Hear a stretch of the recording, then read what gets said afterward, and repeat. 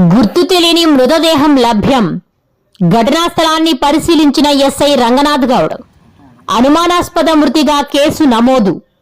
గుర్తు తెలియని కుళ్లిపోయిన మృతదేహాన్ని స్థానికుల సమాచారం మేరకు కోవూరు పోలీసులు శనివారం గుర్తించారు. ఈ సందర్భంగా ఎస్ఐ రంగనాథ్ గౌడ్ మాట్లాడుతూ, కోవూరు మండలం పడుగుపాడు ఎన్టీఎస్ రైల్వే గేటు సమీపంలో ఒక మృతదేహాన్ని స్థానికులు గుర్తించారు. సిబ్బందితో కలిసి సంఘటనా స్థలానికి చేరుకుని వివరాలు సేకరించారు. ఈ విషయంపై ఎస్ఐ రంగనాథ్ గౌడ్ మాట్లాడుతూ, రాబడిన సమాచారం మేరకు పడుగుపాడు సమీప తాతగారి హోటల్ వెనుక రైల్వే పట్టాల పక్కన ఒక మృతదేహం ఉందని స్థానికులు తెలిపారని తెలియజేశారు. మృతదేహం గుర్తుపట్టలేని విధంగా ఉందని తెలిపారు. ఆ వ్యక్తిని రైలు ఢీకొని ఉండొచ్చని తెలియజేశారు. ఎవరైనా మృతిని వివరాల కోసం పోలీస్ స్టేషన్కు వచ్చి తెలపాలని ఆయన తెలియజేశారు.